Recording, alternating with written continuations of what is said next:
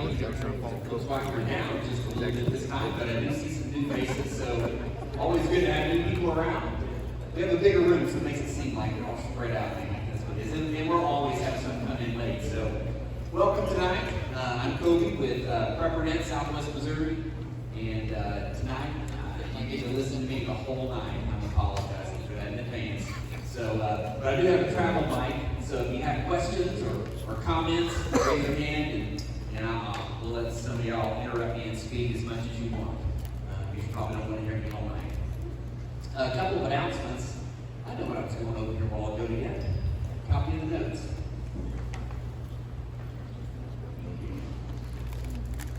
First thing, just announcement of our upcoming meetings. Next month, June 9th, we'll be talking about EMPs and Faraday cages. This is a subject that we've talked about. If you've been a regular attender over the last couple of years, we've talked about it a couple of different times. I think it's been at least a year since we talked about it. But it's one of the subjects that we continue to get, or I continue to get a lot of questions about. When the China balloon thing floated over the continent, and people were thinking, is that an EMP, or is that some kind of a dirty bomb, or all kinds of things that came out of that. So it's kind of along those lines. But next week, or next month, we'll be talking about EMP, how you can protect yourself, Faraday cages, those types of things. Just in the last year or so, I've started hearing more about what they call super EMPs. EMP used to just be kind of a side effect of a nuclear detonation. But they have since, over the last few decades, actually developed specific munitions that are specific to an EMP. It's not just a nuclear detonation side effect. And so we're going to talk about those. Is there more we need to do about those and those types of things? We're also going to talk about gold and silver next month. Some people like to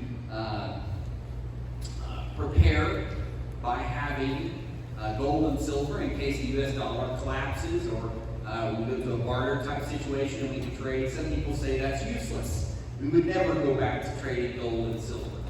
Well, we're going to talk about it next month and see what your thoughts are and that type of thing. I've also had someone recently tell me, who was a preparedness mindset. They said, I put all my IRA instead of into mutual funds and stocks, I put it all into a gold IRA. Okay, well, is that good or is that bad? Well, yeah, never put all of anything. All your eggs in one basket, absolutely. You know, there's different views on that. We're going to talk about it next month, so come back to hear the discussion. In July, we're going to take the top 100 items to stock up on. And of course, that will be somewhat controversial, and you'll have your opportunity to input what you might have there.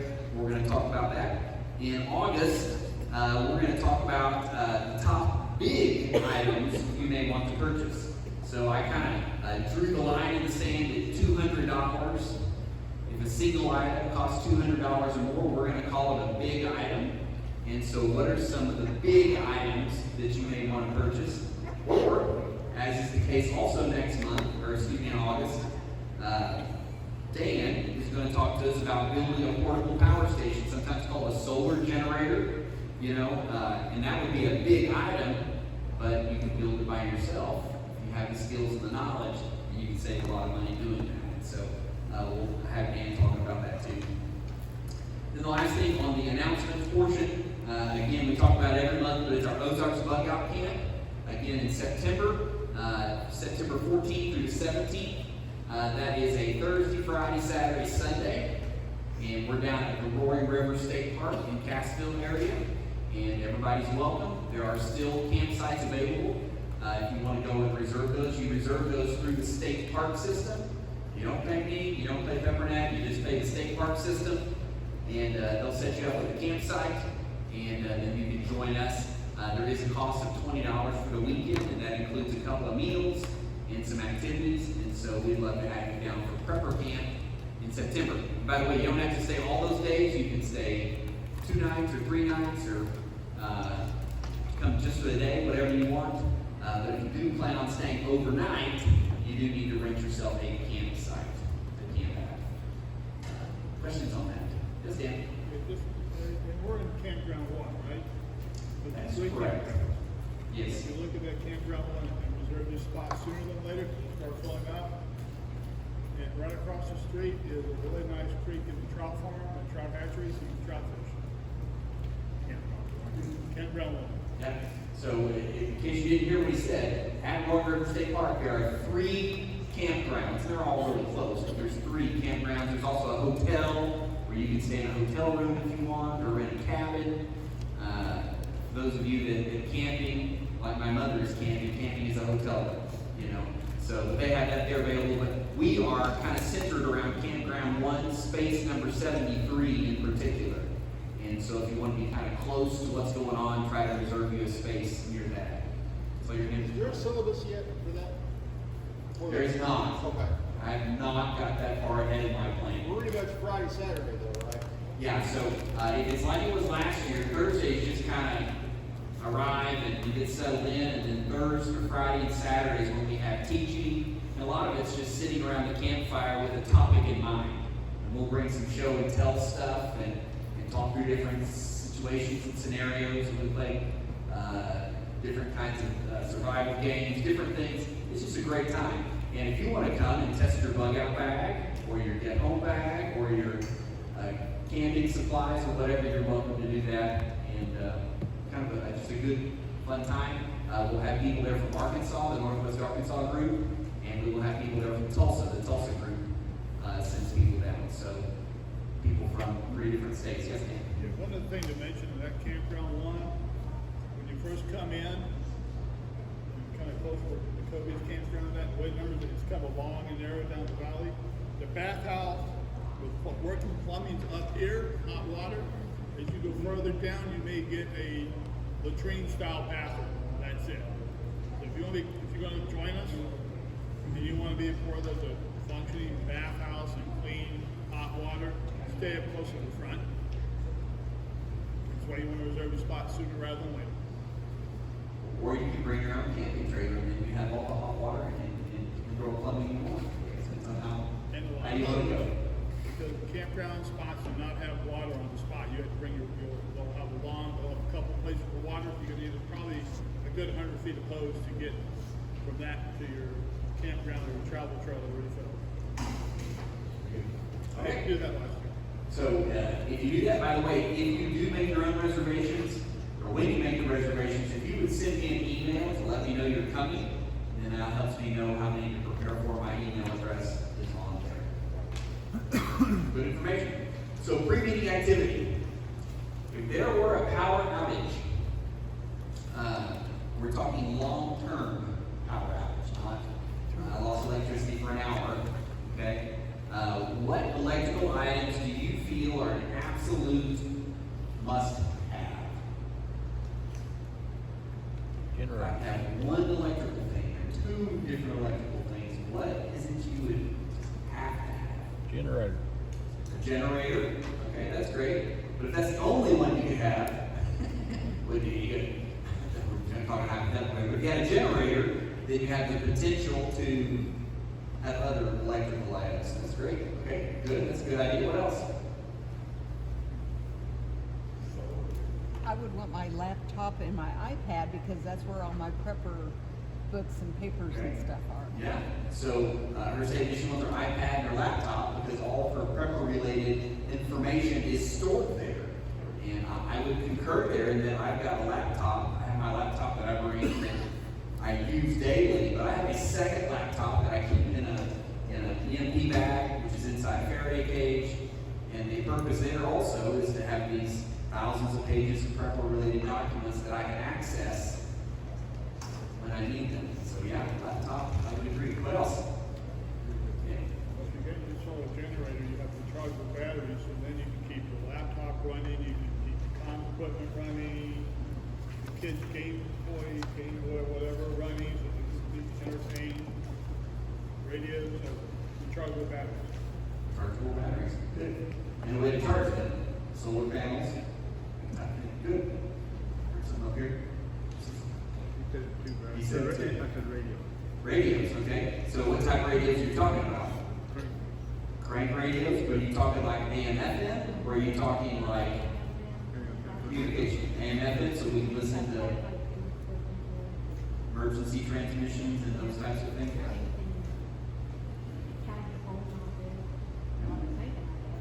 There is a lot of cranking. I've cranked one of those and plugged it into my cell phone, and you crank, and you check the percentage, and you're like, it didn't go up. It takes a lot of cranking to make it go up, but it does work.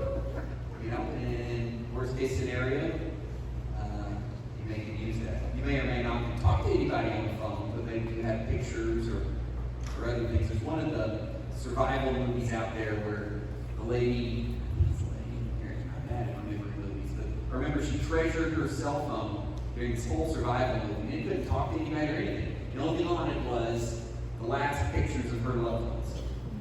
And so that was her dearest possession because she could bring up the last pictures of her loved ones. Any other thoughts? What electrical item is a must-have? Cash. Cash. What do you mean? ATMs are not going to be working if you need to. Okay. Yes. I'm saying electrical item. Oh, I'm sorry. Oh, okay. Oh, okay, sorry. Absolutely, we want cash. Sorry. Electronic currency. Okay. May not be any good. Refrigerator and freezer. Yeah, that's what we're going to get to tonight. We're going to talk about that. So, yeah. If you're on a well, you hopefully you have water. Absolutely. So we've talked in here in our different monthly courses about how to get water out of your well if you don't have electricity. But the best case scenario is you have a generator or you have some electrical method of getting water out of there. Because I know at my well, the water level, it fluctuates, but it's like 130, 150 feet. And so getting water out of there without electricity totally is very difficult, though possible. But I would much prefer to have a generator that would get that water out. And we're going to talk a little bit about that tonight, so good. Yes, Alan? How long is long term? And is it a localized outage or is it a nationwide outage? Now you get really specific. We're just talking hypotheticals here, so what are your different thoughts on If those? it's an EMP, to me, long term is probably at least 5 to 10 years, Okay. if not much longer than that. And if it's a successful EMP, attacked by one of our adversaries, it's probably nationwide. Okay, so potentially 5 to 10 years or nationwide. Yeah, so if it's that kind of a long-term outage, then some security things might be a little more essential. Yeah, absolutely. You know, and we talk about this, and we'll talk about it a lot next month, because I'll give you a list of things that I put in my Faraday cage, but I put motion detectors and alarms and those types of things in there. Yeah, night vision, or infrared, which is a cool thing we did in last year's bug out camp, is Alan brought a bunch of his night vision infrared stuff, I brought some of mine, someone else brought some of theirs, and we tested, one evening at bug out camp, we tested a whole variety of different infrared cameras and scopes and night vision scopes and that type of thing, and it was really interesting. What I found out is the more money you spend, the better you can see. Yeah. Surprise. Anyway, okay, so let's get talking tonight. I kind of want to move in to talking about one electrical device in particular, and that is the refrigerator and freezer. You already mentioned in there, it's a good lead-in. But when we had a power outage a couple of months ago in the Springfield area, and there was a good number, seemed like 10, 20,000 people in the general Southwest Missouri area without power. Seemed like a lot of posts coming up on Facebook, you know, is my food in my refrigerator still good, or is it bad, and how long is it good, bad for, and those types of things. So we wanted to talk about that tonight, to give you some good information, hopefully, research this well, and we can find out, is the food good, is the food bad, those types of things, as well as how to prolong that for what we might call a short-term outage, or it may turn into a long-term. Some of the things we'll talk about tonight can certainly be used in a long-term situation if you wanted to have a refrigerator or freezer, which would be great. I mean, very handy for preserving food. So let's dive right in. I will apologize. I printed the notes off, and one of the slides got duplicated. You'll figure it out pretty quickly. I figured it out after I printed 50 copies of them, and so you still got the 50 copies. So,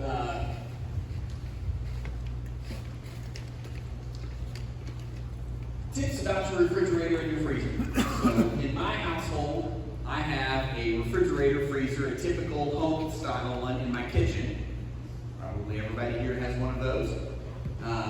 Mine happens to be an over-under. Some of them are side by side, some of them are different types. Mine has the 2 doors up top for the refrigerator, and then the chest drawer down for the freezer. And then in my basement, I've got a chest freezer. If you go to Lowe's or something like that, it says mine is a 5 to 6 person. And y'all see the joke on Facebook and that type of thing. Glad they told us how many people we could fit in there. You know. Anyway, that is food for that number of people is the idea. So I have a fairly large one, okay? But I keep that downstairs, and I buy a half a cow once a year off of a friend, and get it butchered and put that in there. And so different times of the year, it's full. When I get my half a cow, it fills it up pretty full with my other stuff that's in there, and then throughout the year, I eat it or give it away, and so it dwindles down and it needs to be refilled. But some tips on when power goes out, keeping that as cold as long as possible. First thing is keep it full. Why?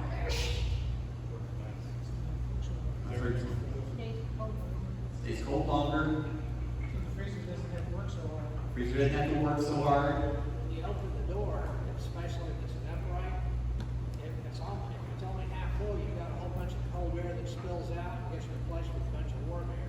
The air exchange when you open the door. The more full it is, the less of an air exchange you have. Absolutely. What else? Thermal mass. Thermal mass. There's a good scientific answer. Yeah, and that's actually true. All these answers are true. Probably the most significant one is what Alan's talking about. When we open the door, okay, particularly if it's an upright, not as much as chest freezer because the cold kind of settles. But it's true there too. But when we open it, the air exchange rushes out. The cold air comes out, the hot air goes in, and it is best to keep it full. As a matter of fact, what they actually recommend is if you don't have enough food in there, what should you do? Water bottles. So take anything basically plastic. Don't try it with glass. If you don't know why, try to find out. But anything plastic. So a milk jug. I use apple juice jugs. I just use water bottles like some of you have here. Just take a water bottle and fill it up, or take it straight from the store, put it in there, and store those in there. They become ice, which helps keep it cool. Okay, and it's a great way to store water. And you just keep the whole unit basically filled with water bottles full of water. When you need more actual space for food, you just take the water bottles out, put as much food in there as you need, and then as you deplete the food, you put the water bottles back in. So keep it as absolutely full as possible. But you do want a little bit of maybe airspace, maybe a way between things to circulate the cool air. You don't want it just like packed absolutely solid. You want some space to move, but you want it pretty much full. Matter of fact, in one of the slides here, the slide that's duplicated, you'll see, what's probably not that slide? Yeah, that slide we'll talk about in a minute. It changes the amount of time that you have based upon how full the freezer is in particular. I absolutely recommend one of these devices. If you don't have one, I will put a link on Amazon, from Amazon, but I'll put a link on our Facebook page and send it out. Links to all the products we'll send out tonight. But this is just a simple alarm system. You put the sensor inside your refrigerator, freezer, whatever. And then this one actually has 3 different units it can track. Okay? And then it tells you the temperature. You can set an alarm temperature when the refrigerator gets below this, the alarm goes off. When the freezer gets below this, the alarm goes off. And so you can know when it's going below a temperature. So when the power's out, and it's been out for 3 hours, haven't opened it up, you don't want to open it up, and you want to know, wow, what's the temperature in there? Guess what? If you have one of these things, it'll tell you what the temperature is in there. If you replace the batteries. By the way, this thing sucks a lot of batteries. So maybe rechargeables, I'm not sure. But if you keep the batteries good in it, you will know exactly what temperature it is inside your refrigerator or inside your freezer. I mean, you can certainly stick one outdoors too, see what the temperature is out there. It would certainly work like that, but there's these that are specifically made for refrigerators and freezers. So we'll have a link to these. Yes? How much? How much? Ish. I looked up a lot of prices so I could answer that question tonight. And I didn't look it up on this. I don't know. I'm thinking 20 bucks, something like that. What is the distance from, how many receivers or broadcasters do they give you? If you got 3 monitors, they give you 3 units, and how far apart? They give you the number of units you need that correspond to the unit. Okay? I don't know how far. I'm sure it will tell you on there. I know for me, this sits on, it's a magnetic, so it's on my refrigerator door upstairs, and it works that refrigerator, and it works my freezer in the basement. Just fine. Okay? So I'm assuming if you had it in the garage or a different floor or whatever, it should be just fine. Good questions. $29. $29. There it is. There's the answer. Woo-hoo. And I absolutely recommend these just for everyday use, but particularly when you're trying to determine what temperature is it inside there, because you don't want to open it, okay, if at all possible. Keep a water container with a coin. How many of y'all have heard this trick? Got a few people here, okay? So this is mine, and it is dripping now because I took it out of my freezer intentionally about 6 hours ago, okay? So what this is just an old, I think it was a, here it is, Regano, which is, I think, spaghetti sauce, marinara, okay? So it's just a plastic bottle, again, or a plastic jar. Note, I said, don't use what? Glass, right, okay. Don't use glass, okay? So it's a plastic jar that I filled about a little over 3/4 full of water. That's not super important, just not completely full, okay? I filled it with water, I froze it completely solid. And then I put a coin, in this case a penny, on top of the ice, flat. Okay? Okay? Then, when it starts melting, okay, the penny will fall to the bottom. Even if your freezer refreezes, you will know what? It melted. Because the coin will then be at the bottom or frozen at the bottom. This is an indicator of your food too. Because the big problem is sometimes we're gone when the power outage happens. And we don't know when the power outage started. We don't know how long it lasted. We don't know if our food is good, because when we get back home, the power's back on and it's already refroze. Well, if it was able to get to too high of a temperature, the food went bad, you just refroze bad food. So this indication here, you pull the jar out, you see, is the penny still on top or close to the top? Or is the penny all the way at the bottom? You probably had the temperature got too hot. Okay? Not a perfect indication, but it is something you can go by. You don't have to open it up and guess. Does that make sense? And you put any coin on top, and then you freeze the water first, then you put the coin on top flat. I like the penny because it's cheaper, I guess, and it's easier to see. The silver it's a little bit easier, harder to find out where it's at. Any questions on that? Okay. Keep it the lowest temperature setting. Now,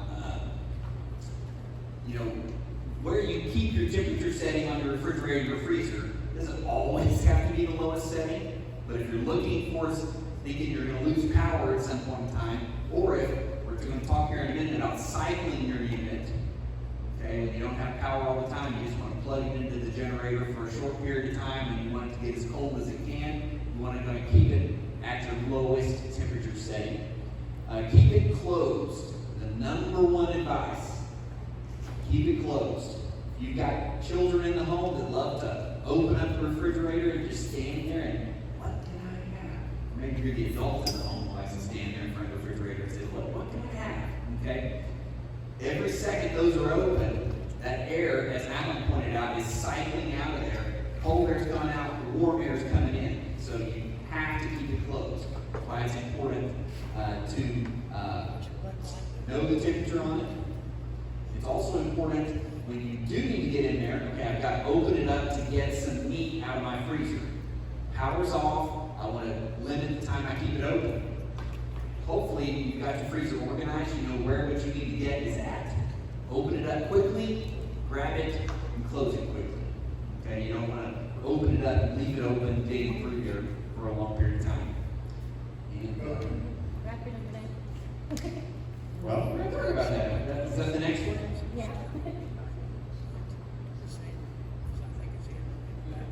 Oh, You're okay. there we go. So, yes. In my case, my freezers are running out.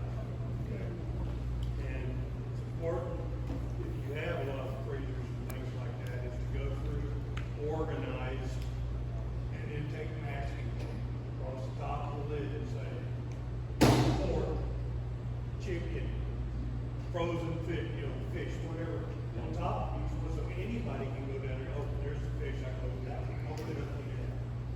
And that way nobody has to remember what's in which freezer, where. Yeah, excellent advice. Label what's in there, be organized with it, and go through it every year or so. You know, find out what's freezer burn, what's no longer edible in general, that type of thing. So that's good. What's that? Fit for the dog. There you go. Wrapping in blankets. So again, we're talking, something long term. It's all about insulating that unit, and so you can wrap it in blankets. It does help a little bit. It's also really important as to where you keep your freezer or refrigerator on a regular basis. I know some people you say keep it under your house. I keep it in my basement. Some people keep it in the garage. So if you have a power outage during the summer, how long is it going to hold its temperature as compared to something in my basement? Okay? But on the other hand, if the power outage, if you keep it in the garage and the power outage happens in the winter, you have a winter ice storm and you lose power, it's actually going to keep it longer because the temperature there. The blankets can help insulate that. This came about, I've shared with y'all my story before that I started prepping during 2007, 2008 ice storm that we had. We were without power for 2 weeks. During that time, people would post or talk about the fact that their food in their refrigerator and freezer was going bad. Y'all remember those ice storms? What was the temperature outside? Yeah, well below freezing. And literally, all they had to do was take it, put it in an ice chest, and stick it out on the front porch, and the food would have been just fine. So don't let it go bad in your house. If it's winter and the temperature is appropriate, just outside. If you got a propane grill, put it in there, to keep the critters from getting to it. Yeah. That, the ice chest could be a problem if the food is already warmed up a little bit, is it like an insulator? Maintain that. Yeah. If it's freezing outside anyway, it doesn't have to be in an ice chest, it just needs to be out Absolutely. of freezing and contained. The only reason I say ice chest is just something to protect it from critters. But a grill could, there's a number of things that can protect it from critters, absolutely. And then the last thing on our list is to have an alternate power source. So, in my situation, my goal is that I have the little thermometers, or the thermostat, and I will thermostat or thermometer, that I have. If the temperature starts getting outside of an acceptable level, then I will then make sure that my power source, my alternate power source is available. And we've got a couple of those I think we'll talk about here in a second. Yeah. here in a second. We'll talk about alternate power sources. So keep it closed. This is information from the CDC, if you trust the CDC, on this subject at least. They say your refrigerator, if kept closed, the food should be safe for at least 4 hours. Okay? At least 4 hours if kept closed. Your freezer, if it is approximately half full, your food should stay good for at least 24 hours. And if your freezer is completely full and you keep it closed, it should be good for 48 hours. Okay? Questions on that? That's straight from CDC. That's going to vary depending on your exact freezer, where the freezer is kept. Is it again in the garage or is it in the basement? There's different factors there, but they give those numbers as safe numbers. Safe to eat at that point, or is that the point when from there it starts to thaw to the point of being? Okay, so again, that's a great question. So what if the situation here, if you get to 48 hours and the temperature has dropped and the freezer is now 38 degrees, okay, above 30, okay? The answer is it should be fine to refreeze it, okay? Their limit is 40 degrees. They say if the temperature in the freezer gets above 40 degrees, then if the food thaws at that point, then it's unsafe to eat. Or it's unsafe to rethaw. You probably immediately take it out and cook it, just, maybe a lot of cooking. A lot, there you go. Good question. Any other thoughts on that real quick? Talk about alternate power sources. There's a lot of things you can do here. But the most common is just a generator. You need to make sure that your generator produces enough output. How do we measure output of generators? Watts. So when you go buy a generator at the store, it'll give you so many watts. Okay? And there's continuous watts and then surge watts. So that it can get up to momentarily. So a generator, make sure it's appropriately sized. Make sure you have fuel on hand. A generator doesn't do you much good if you don't have enough fuel to run it. Yes, sir. The other thing you want to keep in mind with a generator is that they need to be ran periodically as well. You do load on them when you run them. Absolutely. Proper generator maintenance, running it occasionally, those types of things, absolutely. Usually you want to fire it about once a month, let it run for about 30 minutes. I haven't done that. It's probably been 6 months on mine, but that's a good reminder. Also, when you add a little cup or two of stable or something like that to your gas. I keep stable, which is a fuel additive that stabilizes the gas, absolutely. As far as I would imagine, they've been drilling this into my head in firefighter training the last month. That is according to the manufacturer's recommendations. That's how often you start it out. So manufacturers put all that kinds of things in that booklet that we don't ever read, at least the men know. The other thing on generators, dual fuel. All my generators are propane or gas, so I can run on either one. And if I run them on propane, I don't worry about the quick. If you run on the gas, you got to drain the gas tank, it's go bad. If you run on propane, you don't have that issue. So I use dual fuel. Absolutely. Dual fuel are extremely common and affordable. It used to be they didn't exist. And then when they first began, they were really expensive. And they're now very reasonable price. So dual fuel. They even have a tri-fuel now. Now, I don't have one. I haven't even seen one, but I heard they have one. Yes? I have one thing with the gas, we talked about the stabilizer. Use ethanol-free gas. Use ethanol-free gas? I Absolutely. mean, many years ago, so I worked at the golf course and the mechanic said on the small engines like lawnmowers and everything, never use ethanol gas. Only a few gas stations have ethanol-free. So I have in my gas tanks only ethanol-free gas, and that don't even need a stabilizer, I think. That lasts longer. It depends on how long, but yes, for sure. Ethanol-free gas is absolutely superior for long-term storage as opposed to the other stuff you get. Absolutely. Good point. Generator we talked about, solar panels. So if you've got a solar panel set up, you lose power, it's a great way to charge batteries. You typically don't directly, solar panels, you don't directly power an object. Usually, you generally charge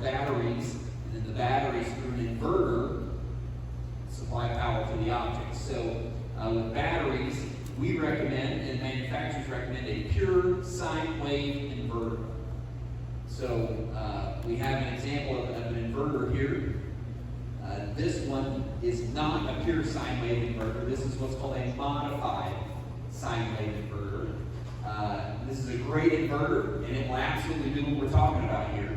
But an inverter connects to batteries, or it can connect to your car battery to provide you enough electricity to run your refrigerator or freezer.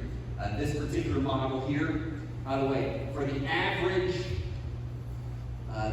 refrigerator freezer, it takes about 600 continuous watts and about 1,200 surge watts. That means when the unit first comes on, to get it going, it takes extra electricity.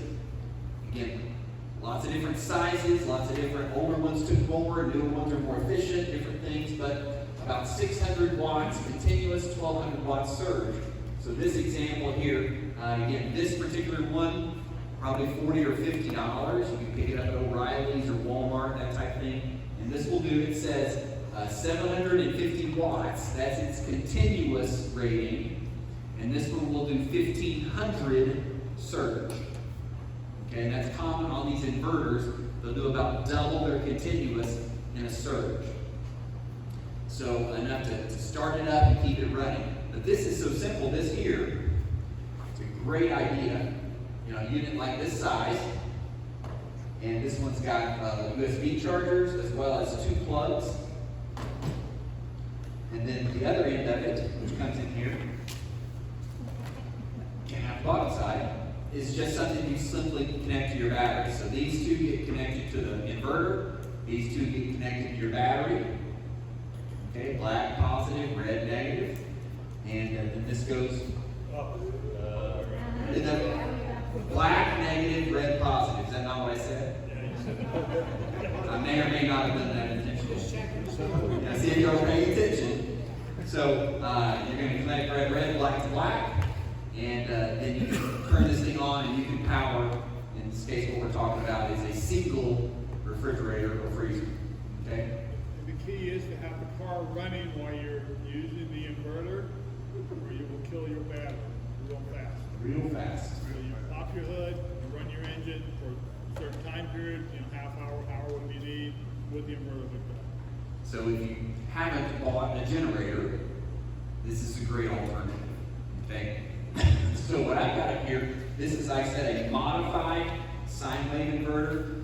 Those are not good for electronic equipment. A lot of electronic equipment will not run on a modified sine wave inverter. So your laptop, try to plug into that, probably won't charge it. Okay? The frequency of the electronic waves in there does not work.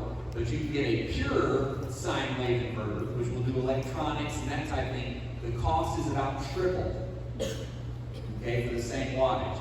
The one I looked up was a 1,200 watt for $160 online, and that was the cheapest one. The difference is it will also charge electronics, and it makes the motors on things like refrigerator, freezer run more efficient. So you'll get more efficient use of the power, but you do have to spend a lot more for it. Okay, so that's the inverter. And again, the inverter works with any battery, 12-volt battery in this case. You can, from your solar panels or from your car, and if you run your car, you can run your car. Recommend backing it out of the garage before you run it. Okay. As a firefighter, you would. I am keenly aware of the number of people who die unintentionally by running their car or their generator in their garage, not knowing that that builds up carbon monoxide in particular, as well as other things. So pull your car out of the garage to do that.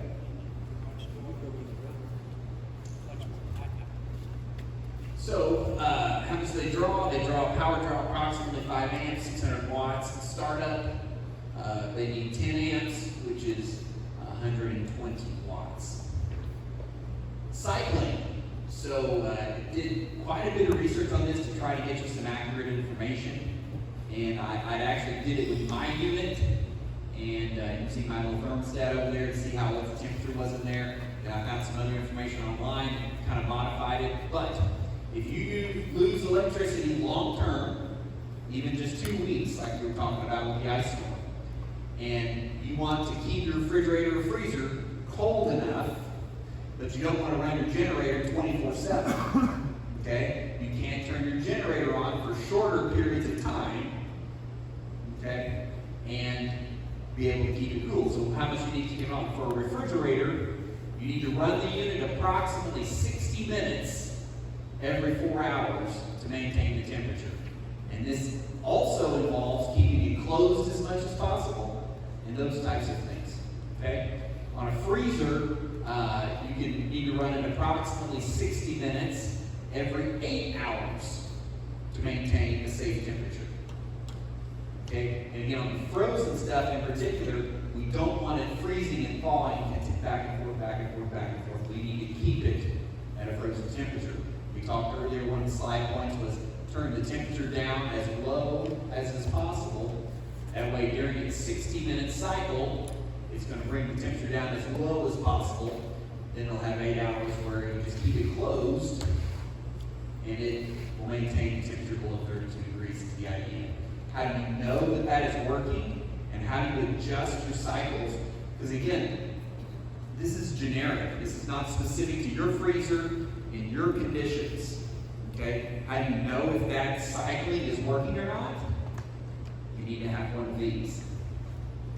Okay? So this $29 item helps me know that my cycling is actually working properly. Yes? What's that called again? This thing? What did you type in again? Refrigerator thermostat? Yeah, Refrigerator thermostat. refrigerator Alarm, okay. And I will put a link to these if you know. What's that? You can also run a freezer if you put dry ice in. Yes, you can. So in a scenario where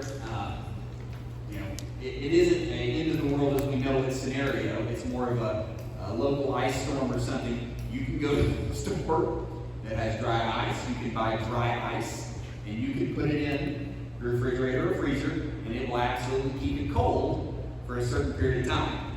That situation is going to be really important that the air is able to move amongst the food to keep it all somewhat uniformly cold. And again, important if you have one of these to let you know when you need to put more dry ice in there.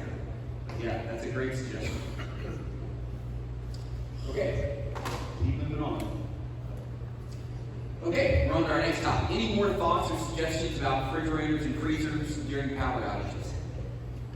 What you just talked about, for instance, one of mine is beef, right? The whole thing is beef. Well, I'm not layering it into where I get the airflow in. I mean, it's just piled in there. So how do you know you've got enough air moving or not? I mean, it's not stacked like bread. It's still full. Well, it's with the dry ice situation, that's going to be tough to know. Oh, in general, it's not as big of a deal. You just don't want to totally trap where it's not getting any circulation. Does that make sense? But the stuff that's buried deeper should stay colder longer in general. That's one of the reasons why when you do this trick, put this close to the lid up top. Because if this becomes liquid, okay, you know whatever's below it, deeper down in the freezer, is probably a little bit further behind than this is. That kind of makes sense. Okay. Any other questions or thoughts? Yes, sir. Another thing they want to consider is a DC refrigerator or freezer. Okay. There's, what they call portables. I have one that's 90 liters, and it's a dual. It can be freezer, or refrigerator. And I can get about, and I have a solar generator. I think it's 1,200 watt hours, and I can get almost 8 days out of that unit. Okay. That's good. Like that, So what his suggestion is that they make DC current appliances. They're typically smaller, but they come with an RV and that type of thing. They can run off of a battery, so that's a great option. They also make, again, come with an RV, they make propane appliances, but they also, and you typically have to go to an Amish store to get them, but you can get full-size refrigerators and freezers that run off of propane or natural gas. And the science is weird how that a flame can make it cold, but it does. And they are actually very typically durable units. They last longer than electric appliances, but they are also about twice as expensive. And you have to have, your wherever you're going to put it has to be plumbed for either propane or natural gas. And it does also cost more to operate than electrical does. But depends on obviously the price of gas and all that type of thing. Gas fluctuates more than electricity does, but they're typically more expensive to operate a propane or natural gas refrigerator or freezer than it is to operate off electricity. But then you don't have to be worried about electricity. Like I said, I learned about those up in Amish country, where that is very, very common. They will have a house that has no electricity whatsoever. They've got a refrigerator and freezer, and they've got other appliances that run off the gas. Okay, let's talk about fresh air. So this topic, I taught it a couple of years ago when we were over at the Cedar Brook location, and had a couple of different folks tell me that they've tried this or done steps toward it. Most of the information I'm going to give you tonight is primarily based upon this book, Emergency Air by F.J. Bohan. Okay, so this is a book you, like I say, come up and look at it. This is my copy. Don't take it. There's a copy you could potentially win tonight. But two other books that I've resourced tonight is The High Security Shelter, okay, a great book, and then the U.S. Armed Forces Nuclear, Biological, and Chemical Survival Guide, amended for, it says edited for civilian use. So basically they've taken the military survival guide on these subjects and made it appropriate to a civil type setting. Okay, actually a really good book. So I recommend all these books. Y'all come up here and look at them. Again, we'll put links on Facebook page and that type of stuff for that. Yes, sir. Is that other book, that Joel Strauss's book? Yes, The High Security Shelter. And there's actually, he has another book that's about that thick that has more information, but this is the one that is primarily targeted to the high security shelter. So some of you, I would highly encourage everybody to have some type of a shelter available to them. It may be your basement. It may be a tornado type shelter that's just dug in the yard, a cellar type of situation. It may be something, maybe you're one of these really rich preppers who's bought the $250,000 thing and it's buried in your backyard. Those types of things, it probably came with some kind of a fresh air system. But no matter what you plan on going, if it's a tornado, or if it's a nuclear attack, or if it's anything like that, I recommend you have some type of a shelter place to go to. I'm probably going to break all the OPSEC rules tonight and tell you a lot more about me than what I probably should, but I'm going to try to be honest and help you guys. So in my home, where I'm going to bug out to, my secure shelter is in my basement. It's a great place to start with. There's a lot of advantages to having it in your basement, from keeps it a constant temperature year round, to it's secure for several reasons. But in my shelter, I wanted to make sure when I built it that I made an appropriation for fresh air. We kind of take fresh air for granted. Okay? We walk into this room, into this building, and did anyone put a single thought into where's the air I'm breathing coming from? Nobody, right? Okay? If you walk into my shelter right now, there's absolutely no reason to be concerned about the air you're going to breathe in there. Why? Doors opening and closing on a somewhat regular basis, and there's going to be a natural flow of air through the room, through cracks and crevices and that type of thing. So that fix all those. But in general, there is a natural airflow through a room. Okay? Even a house that's sealed up, okay, has some air coming in and out of that. So, in an emergency type situation, there are several things that could be wrong with your air. So let's talk about what could be wrong with the air you may be being prepared to breathe. So this is applicable for shelter areas that are above ground or below ground, either one. So let's first talk about what is in the air we breathe. Because you may have to go back to high school science class when we talked about the air we're breathing right now is not 100% oxygen. We talk about we're breathing in oxygen and we breathe out carbon dioxide, okay? But it's not 100% oxygen that goes in, because that's not what's in the air here. Our bodies take what we breathe in and it extracts from it the oxygen that we need, okay? And everything else gets respired back out. So the oxygen in this room, for example, normal air is 21% oxygen.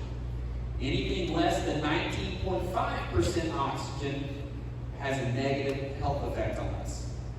What are some negative health effects if we drink? If we breathe oxygen that has insufficient, if we breathe air that has insufficient oxygen.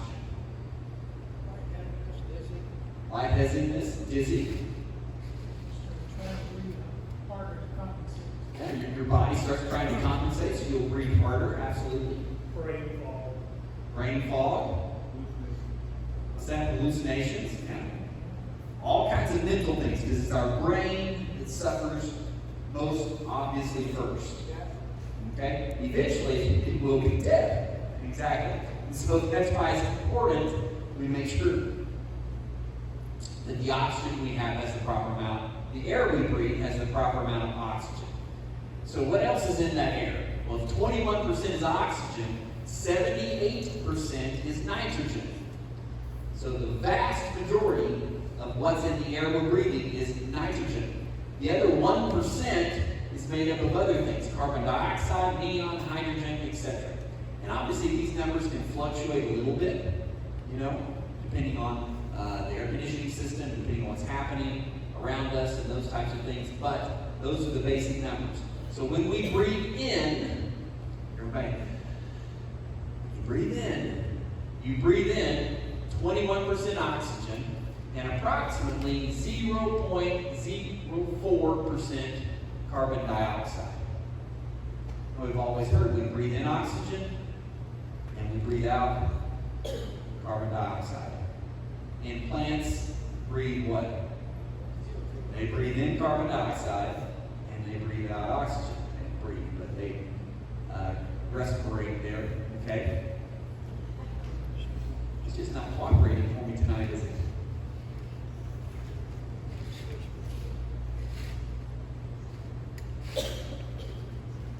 So when we breathe in, it's 21 and the 0.04. When we breathe out, the oxygen is depleted down to 16.4%. Okay? And the CO2 goes up to approximately 4.4%. Okay? So it's potential for us to continue to, in this room, breathe the same general air. Okay? And we are slowly, if there was no air coming in, if there's no cracks in the doors, the door didn't ever open and close, if the air that's in here stayed in here, and that's all the air we had, we would eventually, from our breathing, we would deplete it of all the oxygen, and we would replace it with carbon dioxide. Okay? Now again, just opening and closing the doors, cracks in different places, continue to allow enough air that it circulates. But in a shelter, a sealed shelter, that transfer of air may not be occurring correctly. So what do we need fresh air? The United States military estimates each person needs 5 cubic feet per minute of air. Okay, so think a cubic foot, 1 foot by 1 foot by 1 foot, that much air. We need 5 of them every minute. Okay?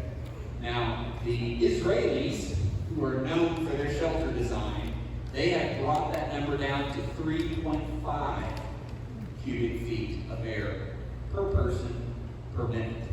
But we're going to base most of our information on 5 cubic feet. So we've got to get fresh air into our shelter.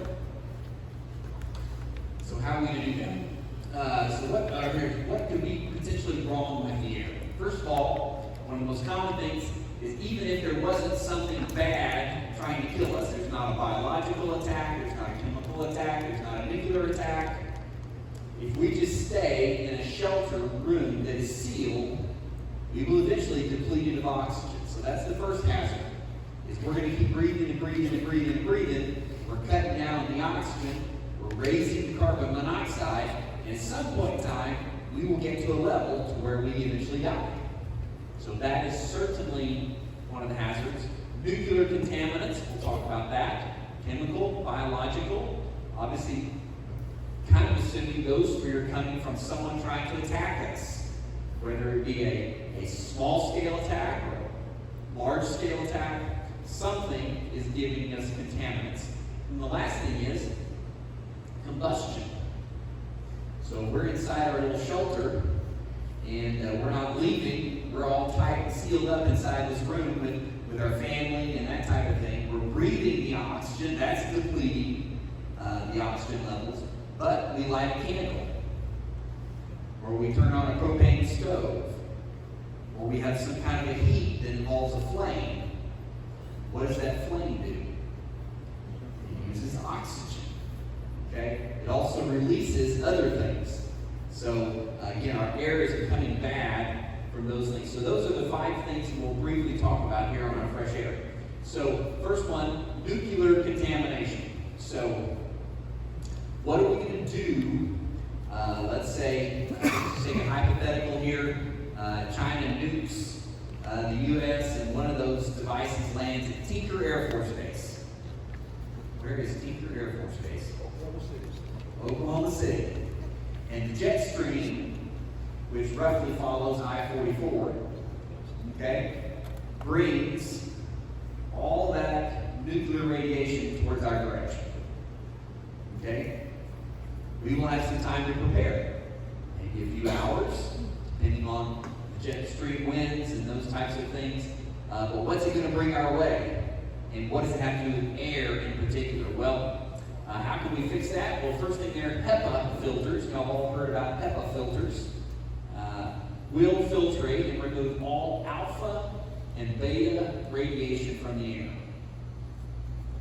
Okay? So there's 3 types of radiation common in a nuclear blast. It is alpha radiation, beta radiation, and gamma. Read the next point on the slide. Gamma radiation. Okay? What's that? Neutrons. Advanced radiation device, neutron bomb. Neutron bombs. Okay? As an additional one that you're talking about here in this? No, part of the same. Okay. You're a nuclear expert more than I am, so. So the HEPA filter that we're going to talk about installing here in our system, this is a HEPA with a MERV 13. A MERV is an efficiency rating and what size of particles it's going to get. But a HEPA filter will filter out alpha and beta particles. Those are the only ones that are actually transferred in air. Okay? Your gamma radiation, that we'll talk about some other time, not tonight, but gamma radiation is not carried by air. Why? It's a wave, electromagnetic wave, like a radio wave, easiest way, or an X-ray wave. It is not a particle that can be filtered out. Okay, so we're talking about air filtration tonight, and so we're going to talk about HEPA filters. Will filter out your alpha and your beta particles. So biological contamination. Here's some examples, and this is by no way a comprehensive list. We've heard most of these: smallpox, anthrax, plague, botulism, hemorrhagic fever, ricin, other various bacteria and viruses. If someone were attacking us, and again, small scale, maybe just a small force of folks that were deploying some type of biological agent at us, or whether it was large scale, it was another enemy force or your own government, I don't know, that had a plane overhead that was deploying this. How would they do it? I just gave you one example. A plane, right? What's that? A spray, absolutely.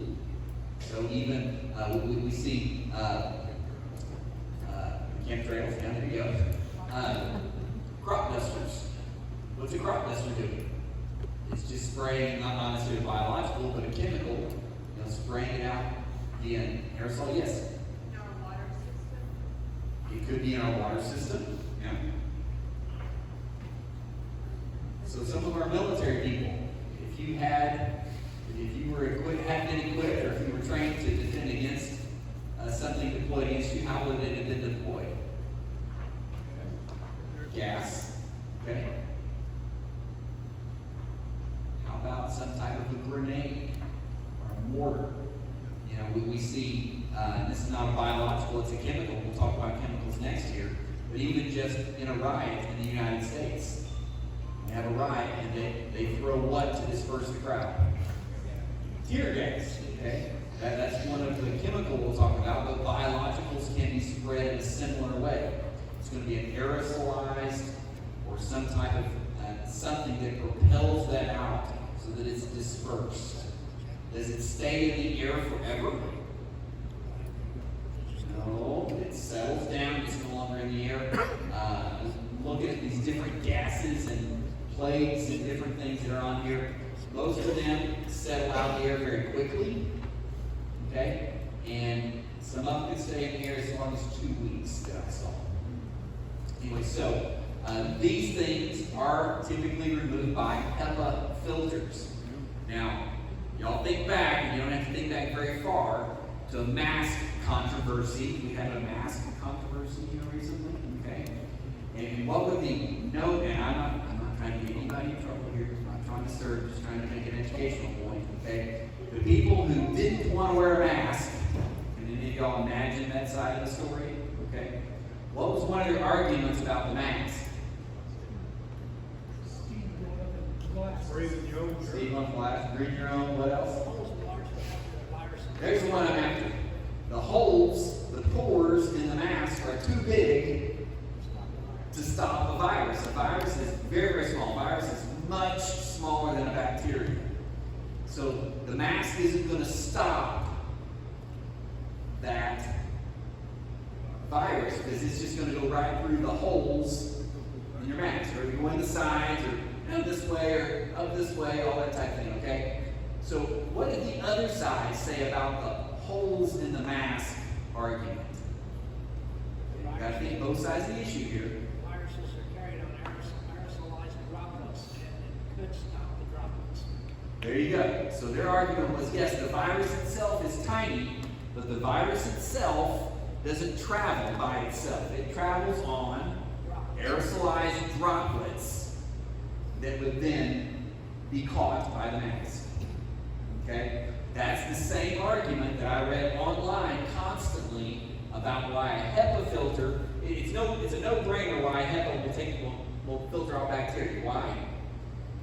The size of the filter will directly catch bacteria. But the size of the holes in the filter will not directly catch viruses. However, every source I checked said a HEPA filter would stop a viral biological attack. And the reason was that same idea is that virus doesn't move on it all by itself. It moves on something. Okay? And that the filter would catch that something so that the virus doesn't get through. I want UVC in there also. UV, yeah, UV light to kill it. Okay, that's good. So, anyway, that's the logic behind all this. Whether you believe it or not, I'm just giving you good information. You can take it for what it's worth. That's what all the books said, by the way, is how the filter works. So, chemical contamination. Again, we talked about things: sarin gas, phosgene, chlorine, hydrogen cyanide, mustard gas. Again, lots of different gases potential here. These aerosolized gases, again, same thing here. A HEPA filter in combination with activated carbon filter. Okay? So what does an activated carbon filter work? It absorbs. What's that? Similar to biochar. Yeah, it's a biochar. It absorbs. What it absorbs. It has very small spores in it. I'm going to get real technical on you here. final this week on a hazardous materials course for my firefighter training. But there's a difference between absorb with a B and adsorb with a D. Okay? So which one does activated charcoal do? It adsorbs. So a sponge absorbs. A-B-S-O-R-B, a sponge. That's what you think of. Activated charcoal adsorbs. Adsorbs. The basic difference, as I can put it in layman's terms, is adsorb is just like a sponge absorbing it. Adsorbs has on a more of a cellular level. Cellular's not the word. What's that? Capillary. It happens on a chemical level. Okay? So the different parts in there are working together. Again, it keeps it there. It keeps it from moving on, but it does it more of a chemical level. So that's what activated carbon is. Where do we most commonly see activated carbon? If I were going to buy it in town today, Water filtration system. water filtration systems. If I were going to go buy it today in Springfield, Missouri, I would go to the pet store, and I would go to the aquarium section, and that's where I would find activated charcoal. Okay, so you can buy it at the pet store, but it's used in aquariums. This is some that I picked up for AquaClear, activated carbon, and it is, in very simple terms, it's crushed up charcoal. There's something different about it. That's kind of what it is. Okay? What's that? This cost me 99 cents, but I bought it at a damaged freight place. But I'm going to show you the bigger containers. We'll pass a couple of these around. You can look at them. But it's in a mesh bag, and you would stick this in your aquarium. You would stick it down in the water filter, because what it does in water or in air. But it's going to absorb the dangerous biological things in your fish's water.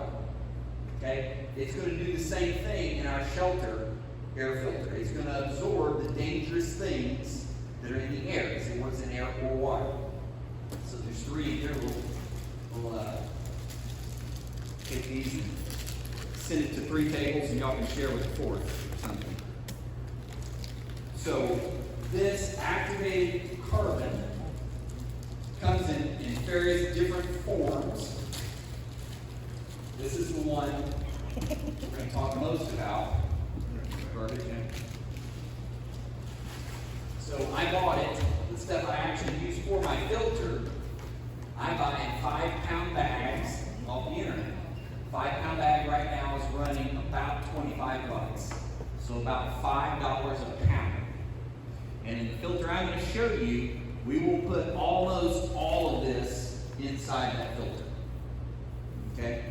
So when you buy the professional $5,000 filters that are made for shelters, this type of material is what they have in there, and they will have 5 to 10 pounds inside those filters.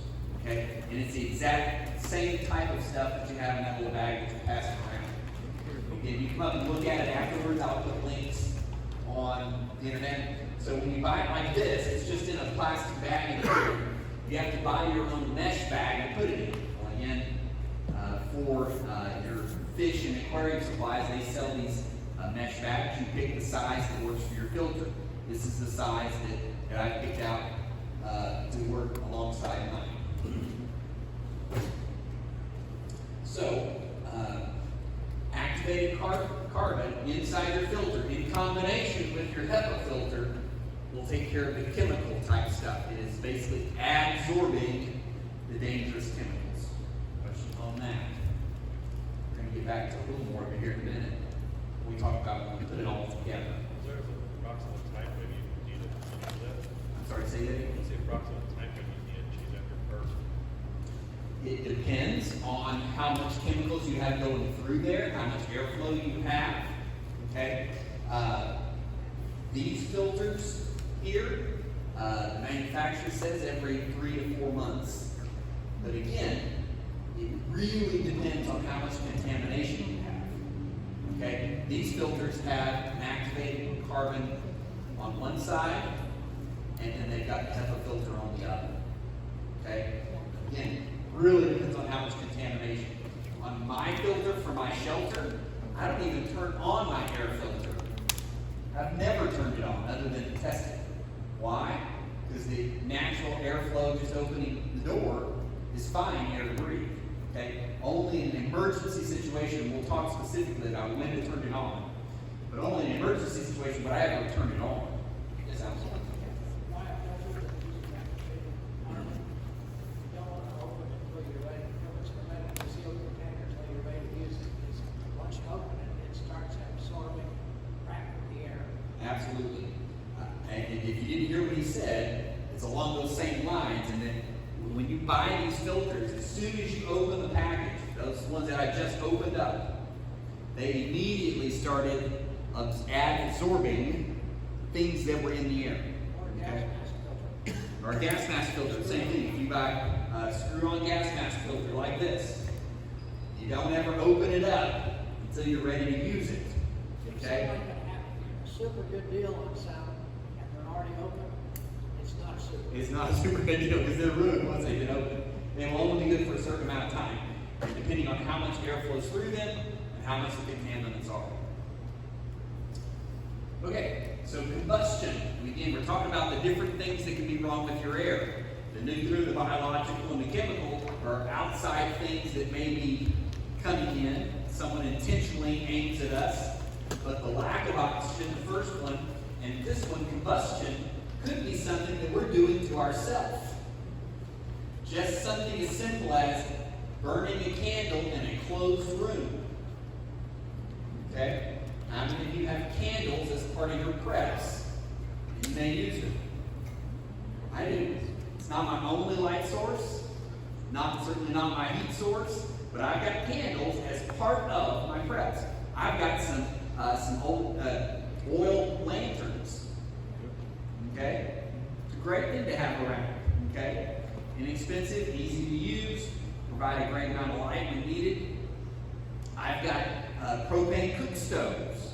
Anyone got something like that? I mean, you've got propane to heat with. All these things you may be using inside your shelter.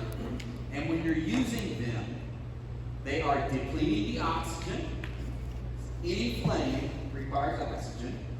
Okay? And they are emitting some type of combustion gas. Okay?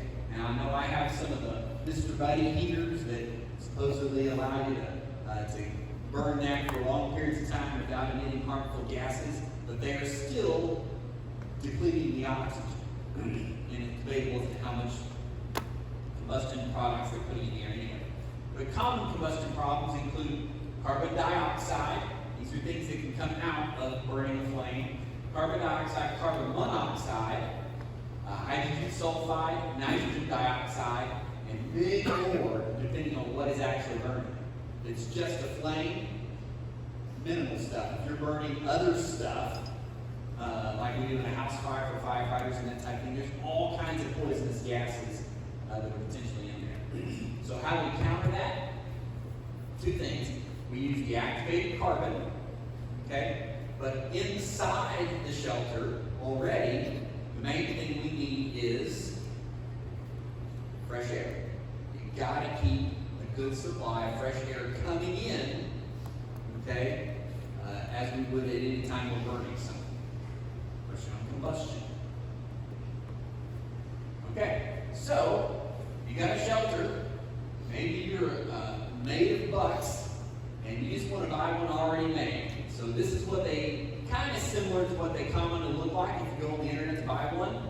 They cost anywhere from $5,000 for the completely manual version, up to about 10 grand for the one that's manual with as a backup, but it's also got an electric motor that can run off 110, or it can run off 12 volts. It's got a battery with it, and those types of things. So anywhere from 5 to 10 grand. I don't know where they're from.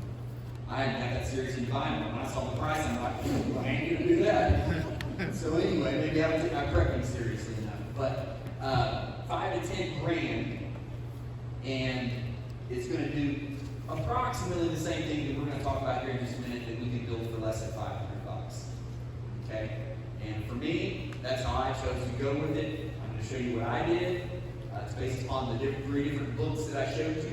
We kind of varied it, but that's the idea. So here's the make your own version. Buy the emergency air book. That's the first thing. By the way, our total budget here is $444. It just came out that way. I didn't plan it that way, okay? 14 of that is buy that book. I'll have a link for it. You can buy that book if you want. If you want to, you can take notes and buy it yourself. That's the book. It tells you how to do it. That book, by the way, tells you a bunch of different ways to build different air filters.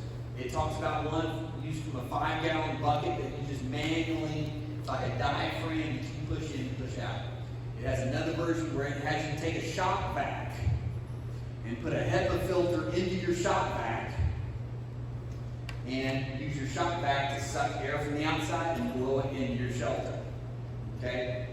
It has all different kinds of versions. It talks about something similar to what I'm going to show you, though I took their ideas and kind of made my own idea about it. It improved the idea in my opinion, but there's a bunch of different things there. It's a great book. I encourage you to get it and to read it.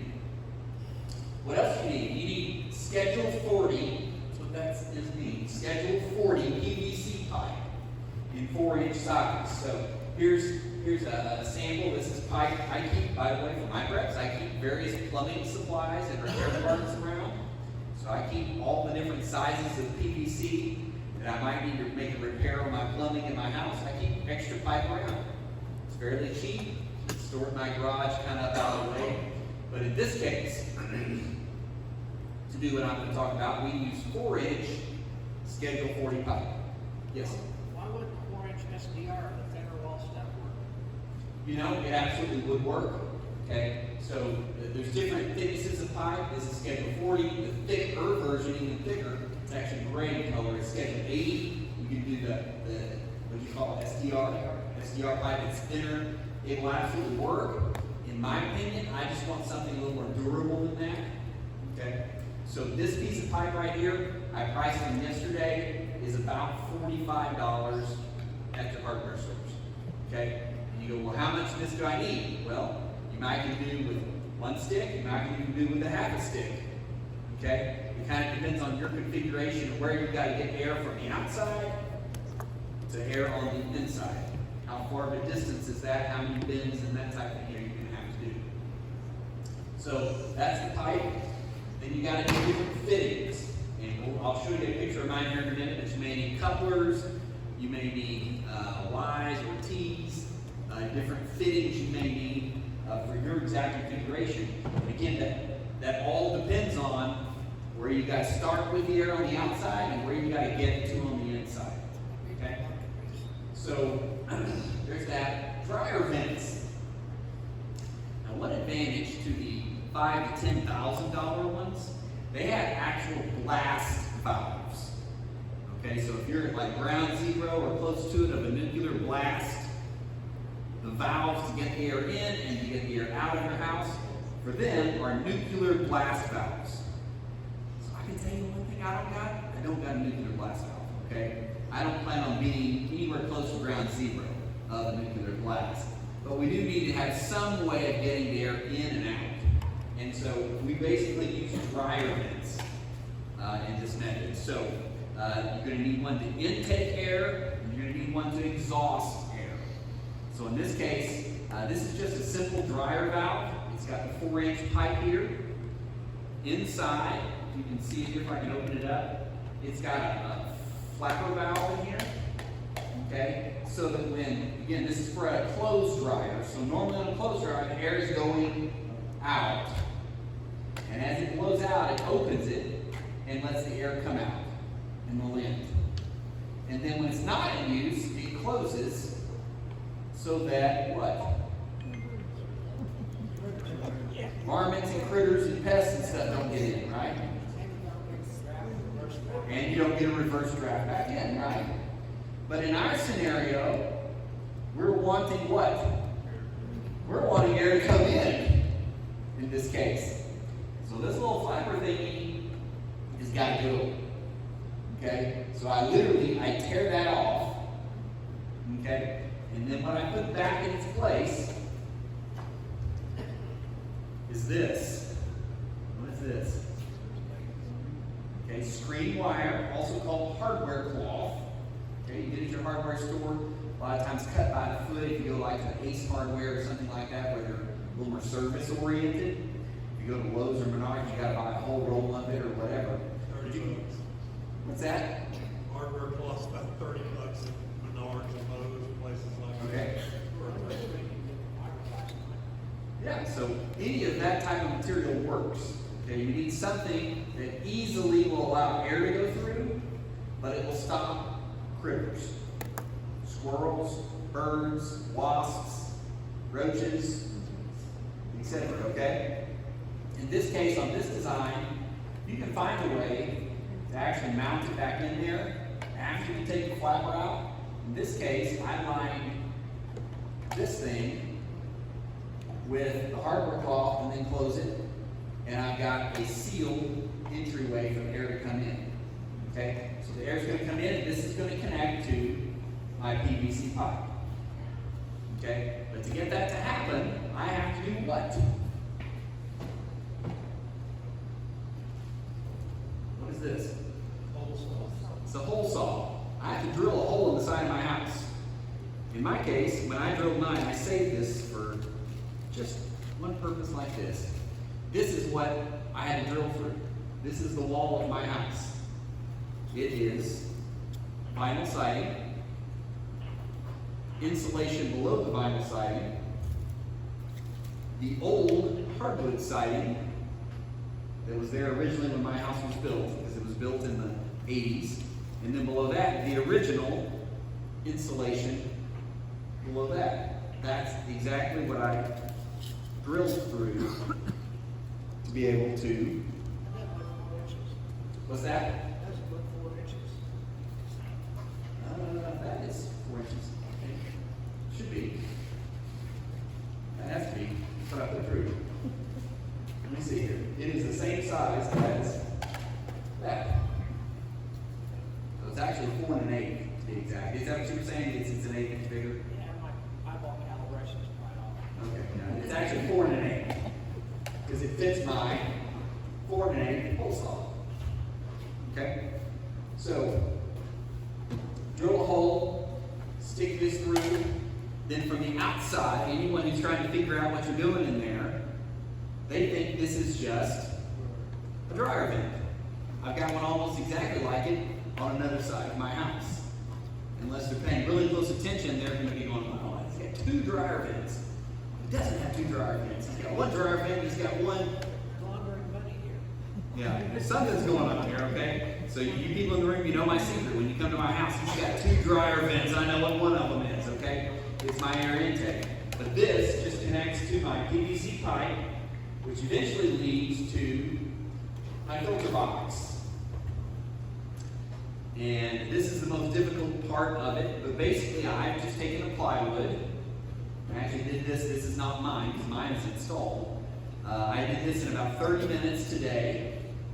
Actually, it took me about 15 minutes to gather my tools, about 30 minutes to make it, and about 15 minutes to put my tools away, so about an hour. But I just took some scrap plywood, 3/4 inch plywood that I have, and in less than a 2 foot by 2 foot piece, I converted it into this box. So if you don't have scrap plywood laying around, you can go to Lowe's. They sell the small pieces of plywood.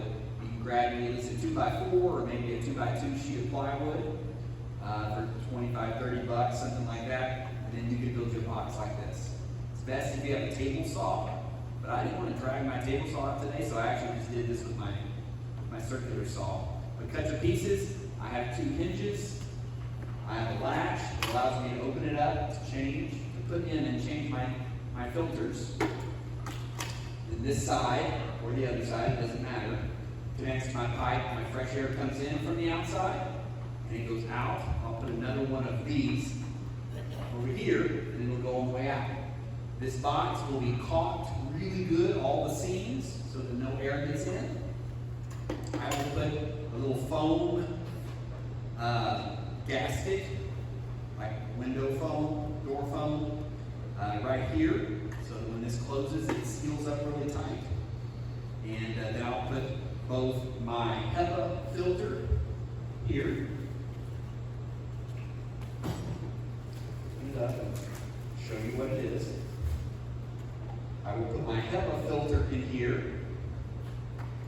It is a very tight fit intentionally. So I'll put my HEPA filter in there. Then I will fill, probably, again, I haven't opened up my carbon bag because I don't want to deactivate it. But I will take my carbon here, activated carbon, and I will fill 2 or 3 of these bags. And then I will fill those bags and put them in here. Okay, to fill up this entire space tightly with the activated carbon.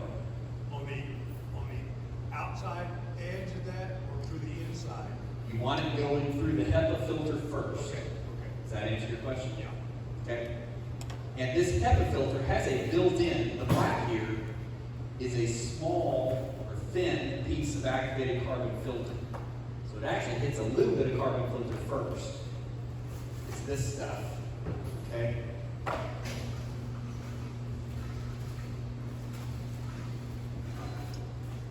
You buy this is an activated carbon filter. Okay. So that is what is manufactured onto this HEPA filter on this side. So this is right here, and the other side about an inch thick is the actual HEPA filter. Okay. So put these in there with my filter. This should be mounted someplace where it can be easily changed out, but outside your actual shelter. I don't want this inside my shelter. I don't want the air coming in until it is actually clean. So I'll put that in there. I'll put the activated carbon inside the bags, put them in here. Then I will mount another one of these on the other side with just screws and caulk. And then my pipe goes out back into my filter, back down into my shelter. What are these? Toilet flange. They're about $8. I bought these this week at Lowe's. So a 4-inch toilet flange. Normally you mount that into your floor with 4-inch pipe coming out of it, and you mount your toilet to this. Okay. But for $8, you can screw it onto here, and it's your in and out for your filter. Okay. And that whole box sits on the outside of the building? Sorry, say that again. That whole box sits on the outside wall of the building? For me, it sits outside my shelter, but inside my home. Does that make sense? Got it. Okay. That's the way it's configured for me. The other thing I forgot to mention, I prefer to have one of these installed also somewhere between coming into my house before it gets to my filter, preferably really close to the outside wall. And what is this? This is just a one-way flapper valve, again, commonly used in dryer vents. But we're going to place it in the line so that the air can come in. But if air tries to go out, it will be closed. Okay? That's not the way it's normally designed to be put in. It's kind of like the dryer valve or dryer vent thing. So you got to put it in the line the right way. But again, the size fits in with all the other components we're talking about here. So we've got our air at our filter here. Lost it again.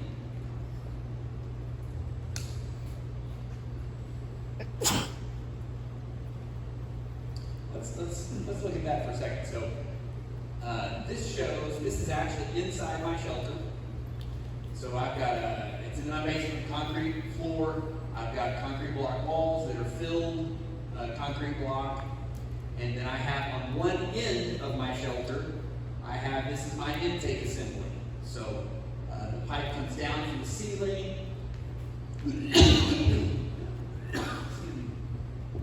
Where in the other room, on the opposite side of this wall, is the filter. Once it enters the room, is where this comes down, what you see here. The top filter there is about waist height. Pipe comes down from the ceiling. The first device you see there is a fan. That's the electric side, and here's the manual side. So you have both the option of if you have electricity, okay, of some type, this will actually work 120. I've got an inverter in the room, so it can work off 12 volt too through the 12 volt inverter. we can use the electric. We can use the electric fan up top. If we don't have electricity at all, then we simply use the bottom. Okay? So, what are those things? Let's see here. Go back one.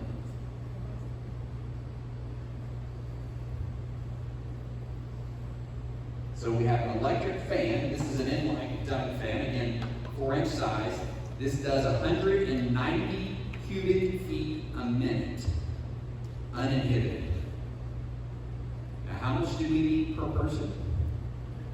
5, or we go as low as 3.5 Israeli standards per person, right? You need to drink water.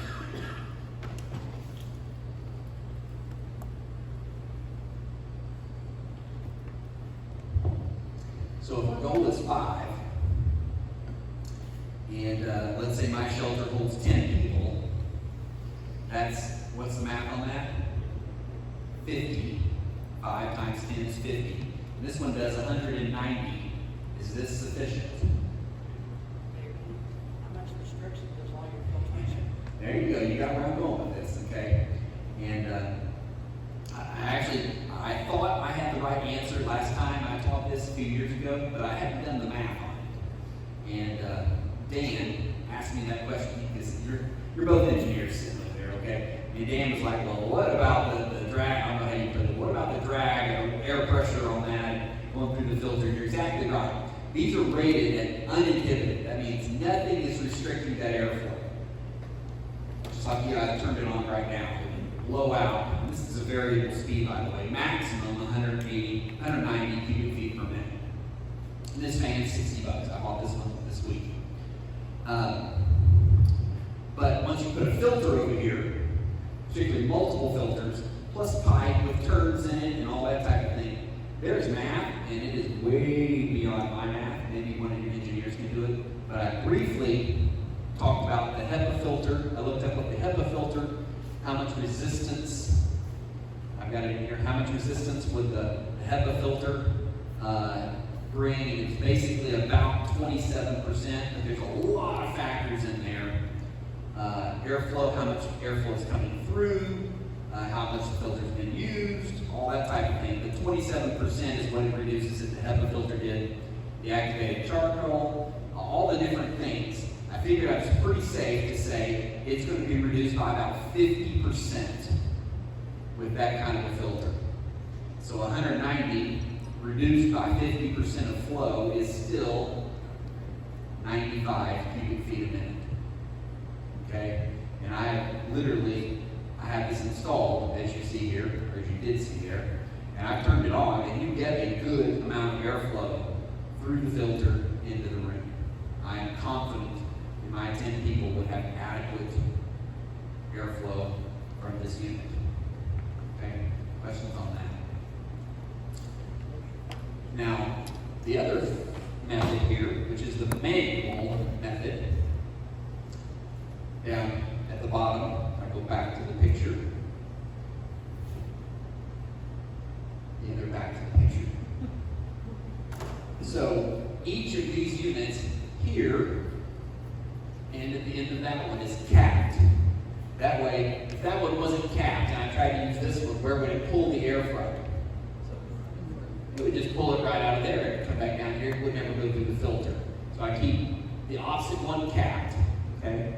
And then I basically, this is designed so that a person can sit right here on the floor, hopefully bring a cushion along, and literally you can conveniently crank this blower to manually bring air in, okay? What's that lower board? Small board? It is a forge blower, okay? What's the price I had on this? Was it $40? I think it was actually 36 something. I just put $40. It's 36 something on Amazon. And how do you connect this to the system? You go back to your toilet flange. You remove the 3 bolts that are here, and then you caulk. You self-tapping screws, and you attach this into your system again. Okay? So this is tied into your system. I bought a PVC cap that fit over this. Okay, that's my cap here. And then I have my manual power for my filter.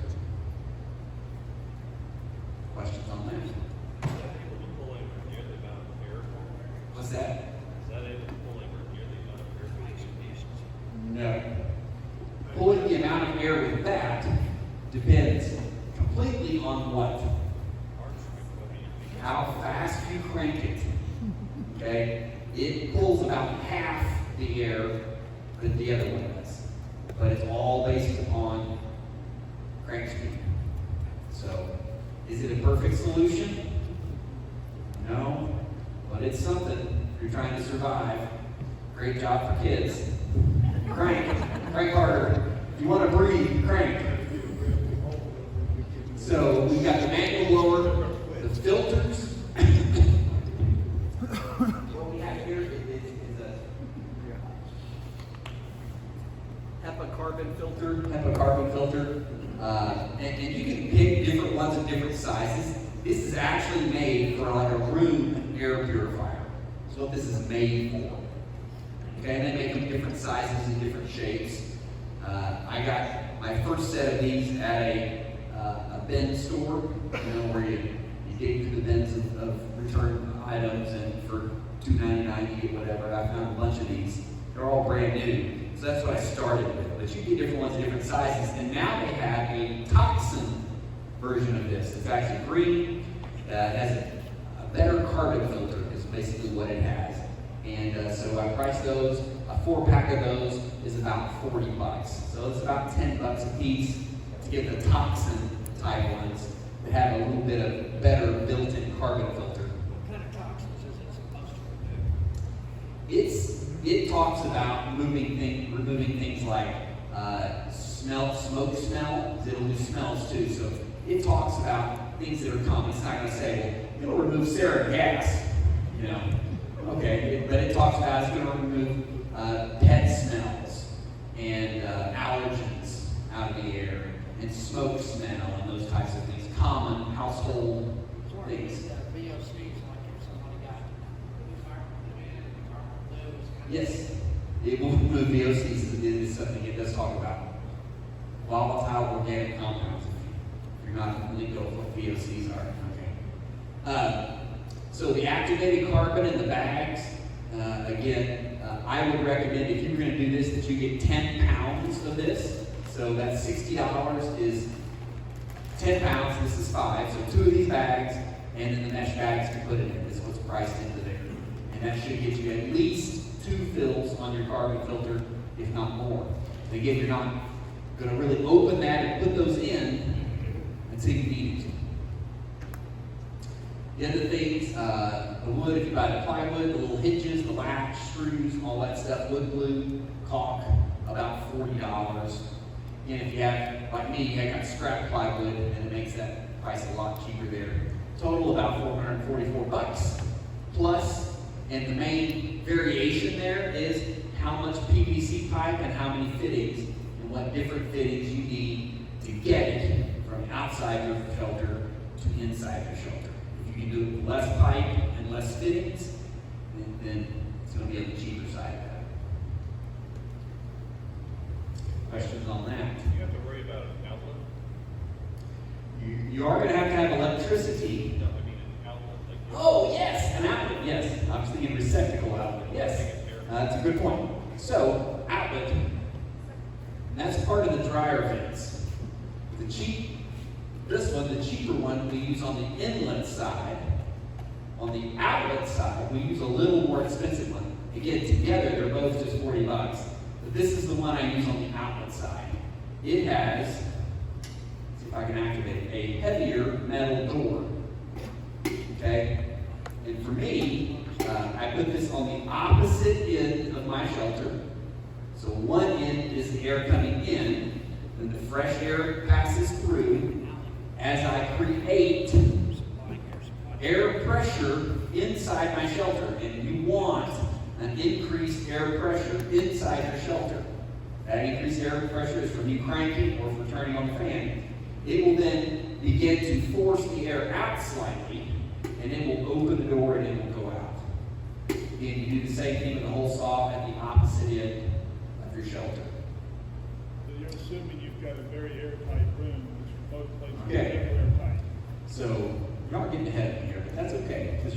actually leading right into what we're talking about. This is a slide you do not have, okay? After I printed those, I thought of this information. Again, there's those 3 books, okay? But just to Dan's point, you need to have an airtight room. As airtight as you can get it. Our houses are not built airtight. As a matter of fact, in modern construction, when they started building them more airtight for efficiency, it actually ran, I'm a building inspector, by the way, home inspector. They actually ran into problems by building them too tight, and the house can't what they call breathe. Okay? Our houses and our rooms have cracks, water and air in particular comes in and out for different things, and so you need to try to seal your secure space as best you can. It's best, like in my situation, I built a shelter, and I intentionally built it with airtightness in mind. Okay? And I went through, I used materials that were conducive to that, and I went through and I caulked. Not only did I try to build it airtight, but I went through and caulked as much as I can to try to keep it as airtight as possible. My doors have extra insulation and rubber gaskets and those type of things to try to seal my room as I can. If you're in an emergency situation, this stuff is happening, and you need to seal it. How do they recommend, if you download the brochure from the ready.gov, okay, the government preparedness site, what would they tell you to do about sealing off your house? Duct tape, 6 mil poly. Yeah, duct tape and plastic sheeting, okay? Does it help? Absolutely. Is it going to keep as much out? No, but it helps. But you definitely want to seal it, okay? Then, when you do turn on the ventilation system, it creates a positive pressure inside the shelter, which also helps keep things out. Because the air, with a positive pressure built up inside the room, it's going to be pushing air out through those little cracks. And then the excess air that builds up can pop open the door and let air out. Good question. So you're not worried about contaminants coming into that outlet and working briefly? Well, it shouldn't, because it should only be open. Lots of pressure to sell. Yeah, when pressure comes out. And it does have a rubber gasket in here. Is it the greatest? No, but that is one reason that on this end, we upgrade from this thing. Okay? This one's like $9, and this one's like $20. It's not gonna make a very good blast out. This is not a blast valve. No, it is not. Again, I'm not planning, if I'm ground zero, I'm not planning on survival. Take me to heaven. You know? Good questions. Let's see here. So when do I turn this thing on? Okay? Like I said, in my shelter situation, I'm in and out of my shelter for various reasons, prepping, that type of stuff, several times a week. And there's fresh air. I have literally never turned it on except to make sure it works. Okay? So when something hits the fan, you know, go back to our nuclear thing down in Oklahoma City. Do I immediately run to my filter and put my carbon filter stuff in there and immediately turn the thing on and have it go and get ready? Probably not. Okay? Do I recommend go into your shelter and start getting things ready? Yes. But don't turn on the ventilation system immediately. Even if, let's say, you look up and China blue is now dropping chemical hazards on your house. And it's coming down. You see it. It's coming down right now. Run in your house. Turn on your filter.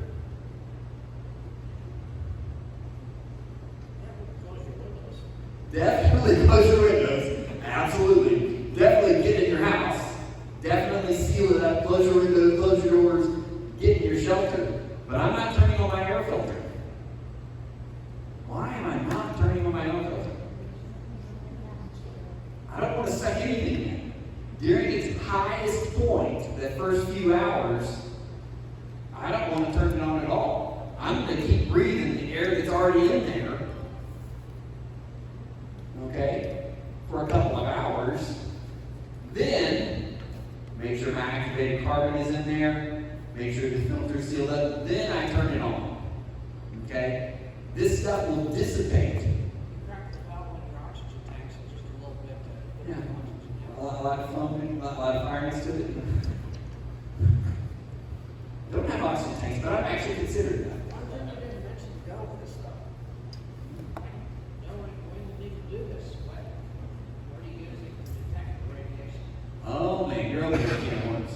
So, what he asked about, in case you didn't hear him, and this is the book, if you're really concerned about that, this is the book you need to read, okay? Is how do I detect all this stuff that may be out there, okay? There are ways to detect it.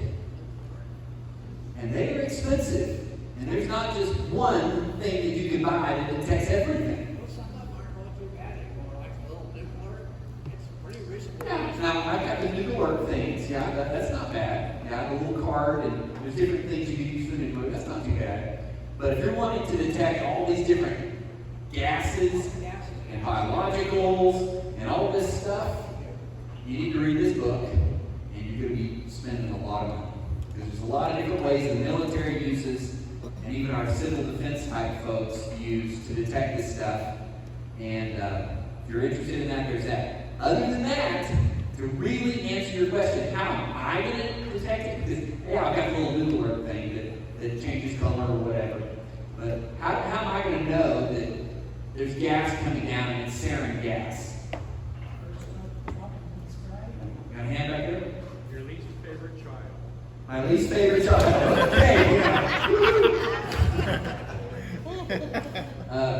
Maybe that's why I have a bunch of canaries. I don't know. Actually, unless you're in a real densely populated area, I don't think we really need to worry about the chemical attack or biological attack.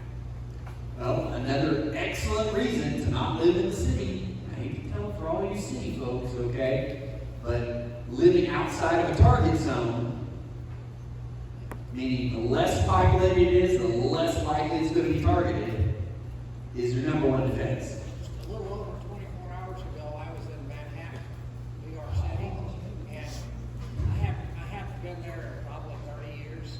I cannot for the life of me imagine why people would want to live there. Yeah, I totally agree. But the real answer is not too far off from send your least favorite child out. Okay? It is literally, how are you going to tell that these things are happening? Because some of them, the gases and different things, they're odorless, they're colorless. When things start dying around you, or when things start getting sick, that is your indication. And sometimes that may be too late. And we haven't got into a whole lot, but these books talk about decontaminating your person. So if you're outside in it, it's happening, and you come in, how would you decontaminate your person, and those types of things. Those are good books. We won't get into all those details tonight because we're running out of time. But absolutely, there's no inexpensive and easy way to detect all these different things. I can put a link to that little nuclear thing. That's a great tool to have. It's relatively inexpensive. The other stuff, you're basically looking for signs that it's affecting something else or someone else. Birds are dying. That's probably mostly going to be chemical. Yeah. Maybe biological radiation, ionizing radiation, by the time stuff is dying, It's too late. you've probably already gotten a lethal dose if you've been with the. Hopefully, if it's ionizing radiation, our government has warned us. By the way, this happened at this location. Get ready. Okay, so that's going to be, most of us, that's going to be our warning system as the government, as much as we can trust them. Okay, and I know I'm speaking to a group of patriots who trust our government for everything, right? Okay, so real quickly, just other PPE, other scenarios. We won't spend a lot of time. That's kind of my extra. If I had extra time, we would talk a lot about it. But some things I do keep on hand that you would, I think, be good to keep on hand also is actual N95 respirators. About the cheapest thing you can buy that is actually somewhat effective. Okay, and I think we kind of maybe agree, and most of us on here, that little surgical masks are not super effective. Again, about the cheapest thing you can get that actually has some amount of effectiveness, an actual N95 respirator.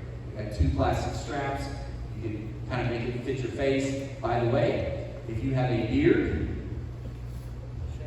that doesn't work. You're going to have to be shaving, okay?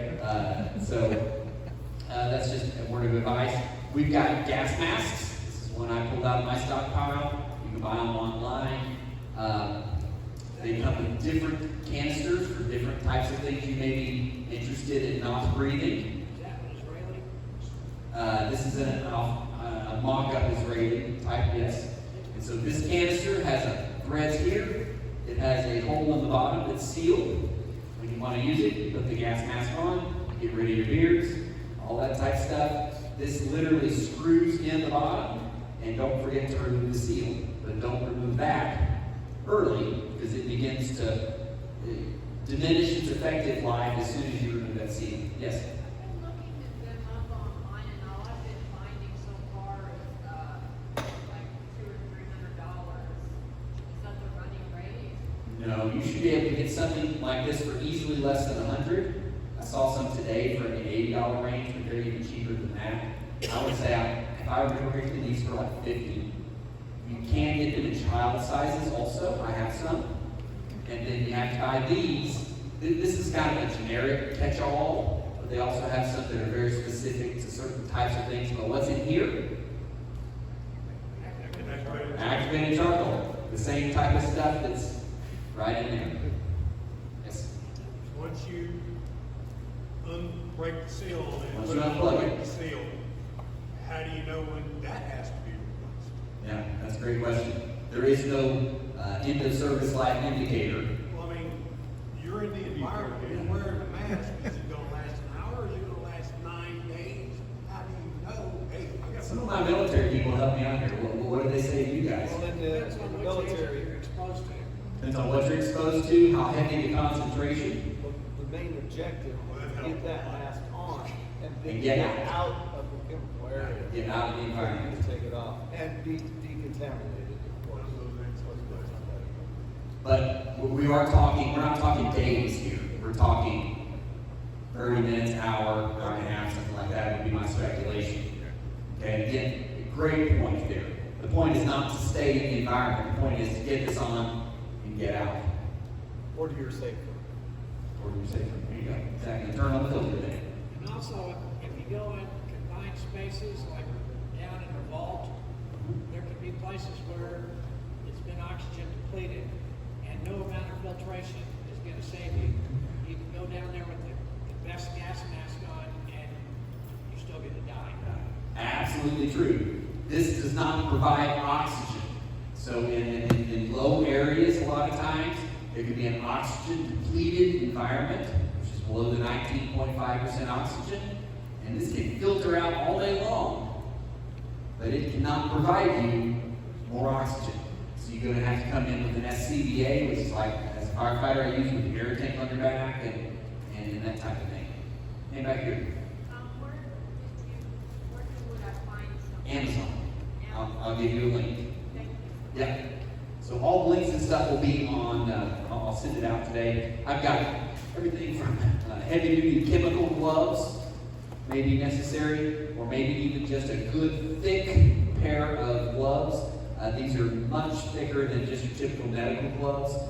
Fixture is actually a brand name. These are 14 mil thick. So they're really good thick gloves, but they're still not anywhere nearly as thick as these types of things. Again, y'all come up here and look at this. I also carry these in my house.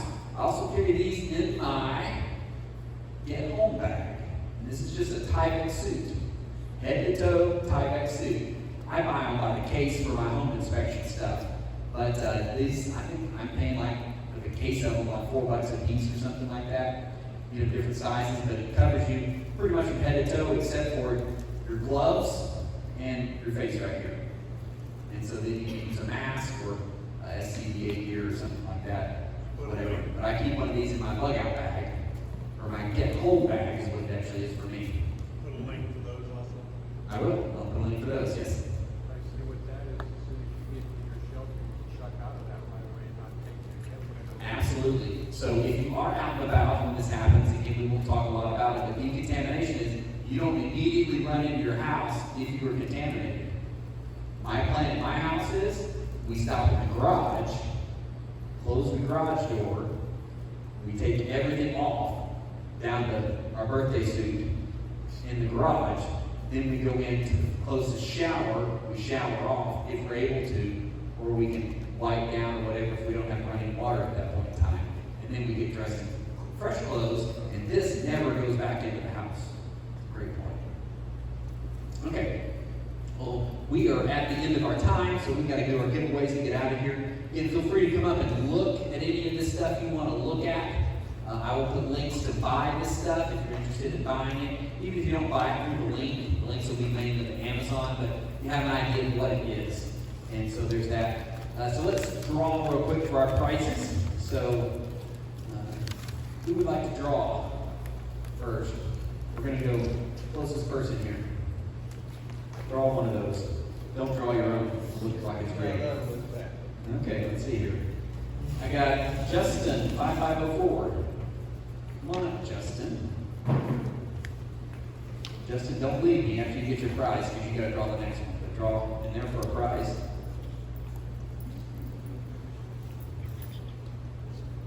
You get 15 canning jars. There you go. You should have been here last month for the canning session.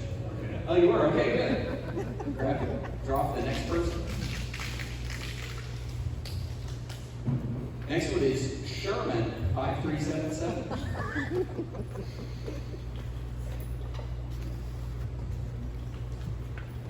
Come on up.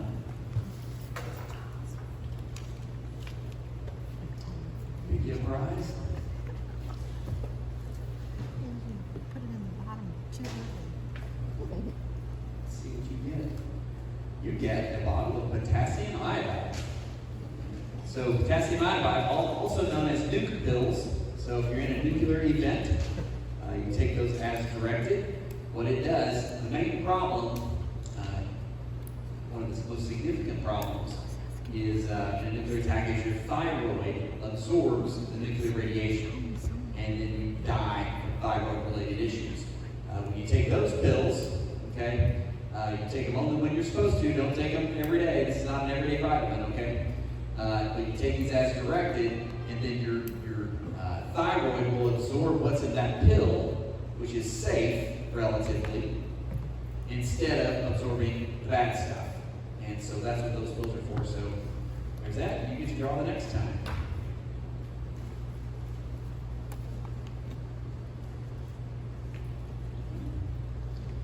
Let's see. This is Matt 0062.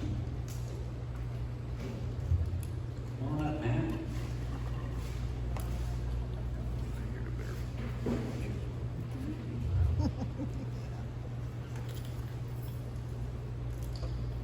And what does Matt get tonight?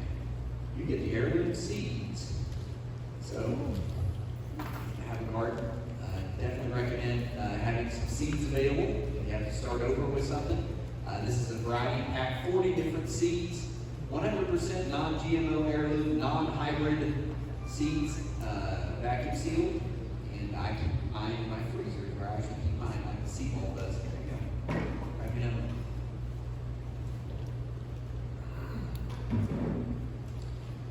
Dan, 9547.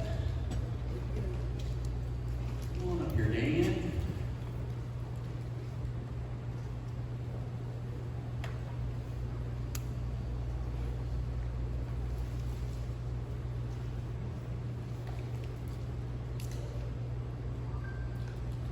You get the pancake mix.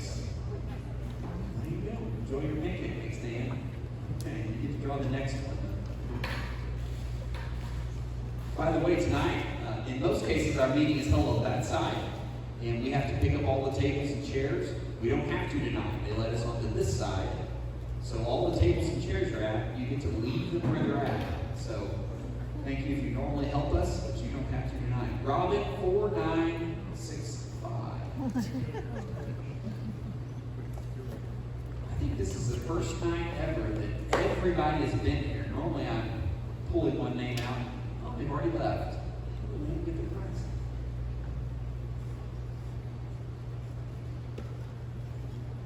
What does Robin get tonight? Robin gets the 2 books. I'm going to give you your choice. So they both have the EMP book in it. You can do the emergency air, or you can do back to basics homestead guide with the EMP book. Choice. Okay, that's the subject for tonight, so these will be available for next time. Okay, thank you guys. Remember next month, EMP Faraday cages, gold and silver. If you have your USB drive and you want me to transfer files, come see me. Other than that, thanks for coming, guys.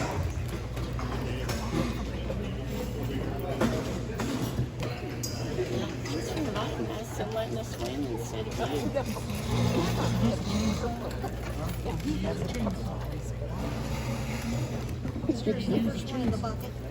Well,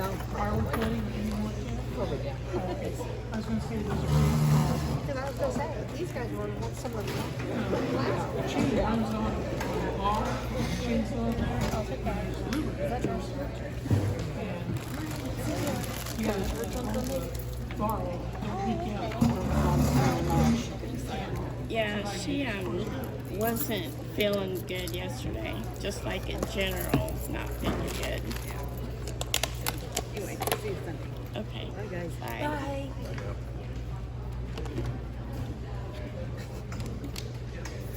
I told you I put your name in. I could have won last month. Too. That's entirely possible. Well, you notice it was the top ones on. Yeah. Well, last time But he stirred them up. I know.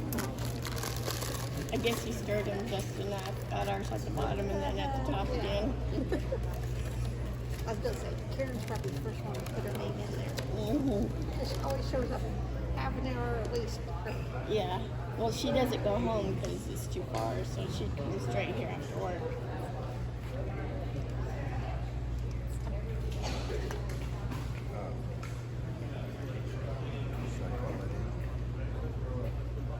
Oh, yeah, go ahead. This is recording.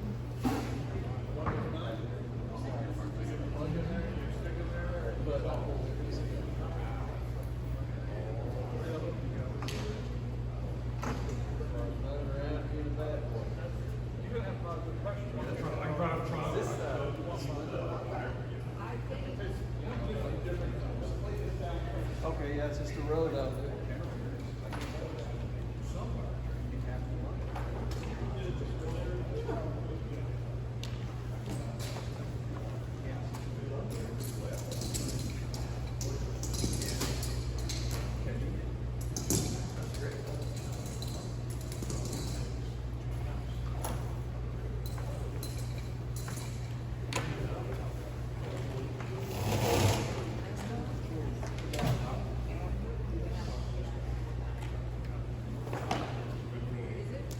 It's just a road back there.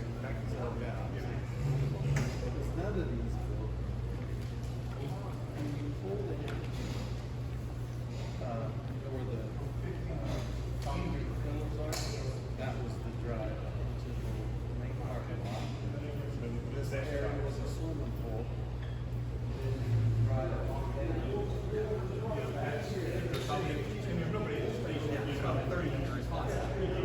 Years ago,